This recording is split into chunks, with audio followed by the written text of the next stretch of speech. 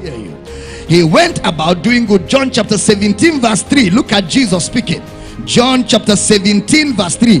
And this is life eternal, that they might know thee, the only true God, and Jesus Christ whom thou hast sent. Look at verse 4. Verse 4 of that prayer. I have glorified thee on the earth. I have finished the work which thou gavest me to do. I have finished the work. So there was a work. There was a work Jesus had to do. That's the plan of God for his life. I have finished the work which thou gavest me to do. In John chapter 5 verse 17. John chapter 5 verse 17. But Jesus answered them, my Father worketh hitherto, and I walk. Hitherto, and I walk. John chapter 4 verse 34. John chapter 4 verse 34. Jesus said unto them, my meat is to do the will of him that sent me, and to finish his work. And to finish his work. Look at the next verse. Look at the next verse. Say not ye, there are yet 4 months, and then cometh harvest. Behold, I say unto you, lift up your eyes and look on the fields, for they are white and ready to harvest. So there are verbs to Christianity, and one of the key verbs to Christianity is service. Service. Service. That is one of the fundamental verbs to Christianity. Service.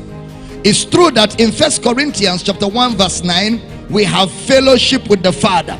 We are called to fellowship. In 1 John chapter 1 verse 3, our fellowship is with the Father and with his Son Jesus Christ. But we are also saved to serve.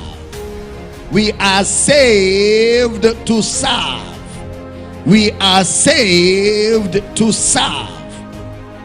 Look at Romans chapter 1 verse 9, and we will take it one by one. We have a lot to chew on this week. Romans chapter 1 verse 9. For God is my witness, whom I serve with my spirit in the gospel of his Son. I love Brother Paul. Look at construction of sentence. For God is my witness, whom I serve with my spirit. Where? In the gospel of his Son. Whom I serve with my spirit in the gospel of his Son, that without ceasing I make mention of you always in my prayers. So Paul served God with his spirit. So you serve God with your spirit. I serve the Lord with my spirit. How did he serve with his spirit? In prayers. In prayers. In prayers. In prayers. I serve the Lord by prayers. The New Testament is more of praying for others. Actually, New Testament prayer is not focused on you. Every prayer of the New Testament is you praying for somebody. It's focused on others. We shall see that shortly. So somebody said to me very loud, I serve God with my spirit. Can I hear you say it again? Romans chapter 12 verse 1. Romans chapter 12 verse 1. I beseech you therefore, brethren, by the mercies of God, that you present your bodies a living sacrifice, wholly acceptable unto God, which is your reasonable service. You present your bodies. All right, now if you look at the background of Romans, in chapter 2, chapter 3, chapter 4 to chapter 10 and chapter 11, he talks about salvation. From Romans chapter 2 to chapter 11, all those chapters talks about salvation.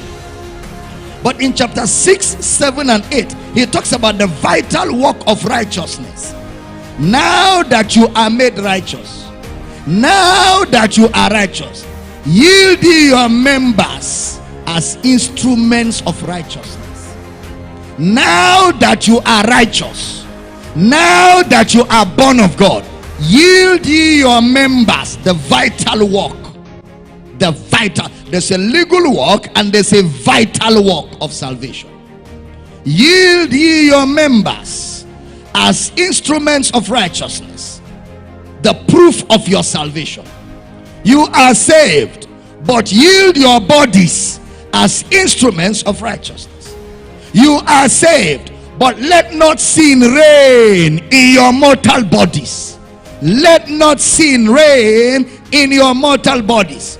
You are saved, you are forgiven, but walk in love. You are saved, you are forgiven, but walk in love. You are saved, you are forgiven, but serve others. Serve one another. In Romans 12:1, your bodies, a living sacrifice, is your reasonable service, your reasonable worship.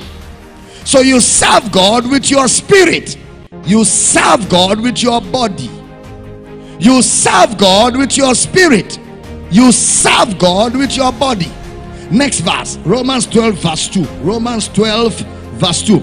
And be not conformed to this world, but be transformed by the renewing of your mind, that you may prove what is that good and acceptable and perfect will of God. You serve God with your mind. You serve God with your spirit. You serve God with your body.